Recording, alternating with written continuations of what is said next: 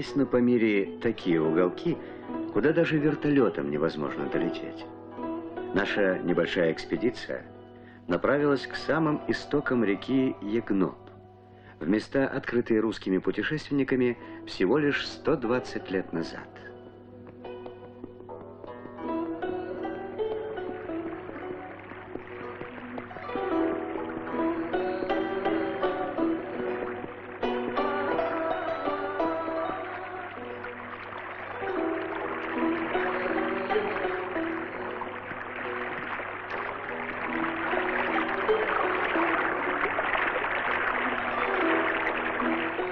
Именно тогда выяснилось, что здесь еще в доисторические времена обитал человек.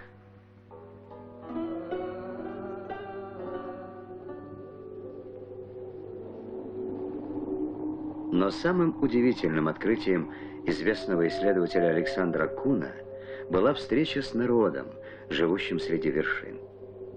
Облик крепостей и жилищ, быт и обычаи – все представляло собой реликт минувших эпох.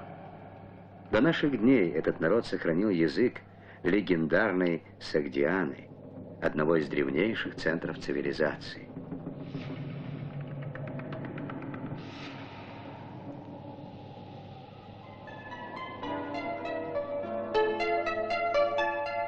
Сейчас ягнобцы исповедуют ислам, но в религиозных обрядах и символах все же присутствуют следы более древних религий, каких-то языческих верований.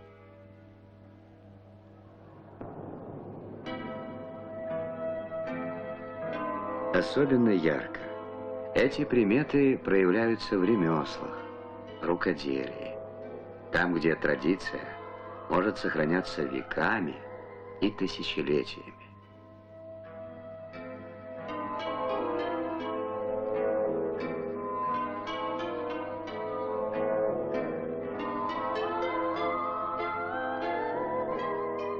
Затерянные высоко в горах, ягнобцы не знали гончарного круга, и нам показали, как лепили здесь посуду.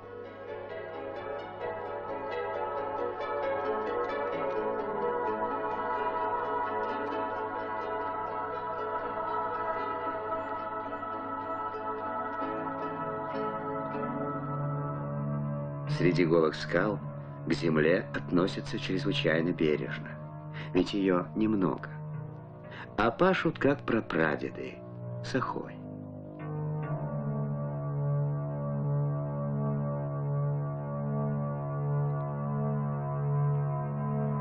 На этом высокогорье с трудом вызревает пшеница и ячмень, еще бобы и горох, а больше земля ничего не дает. И все же, при всей суровости жизни, ягнобцы никогда не покидали родные места по своей воле.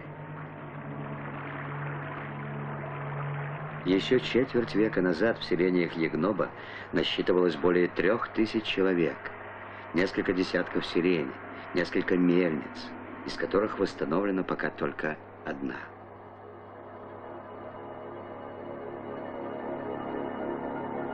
Совсем недавно древний народ пережил такое, после чего горящие очаги в домах и вновь появившиеся здесь отары овец кажутся чудом.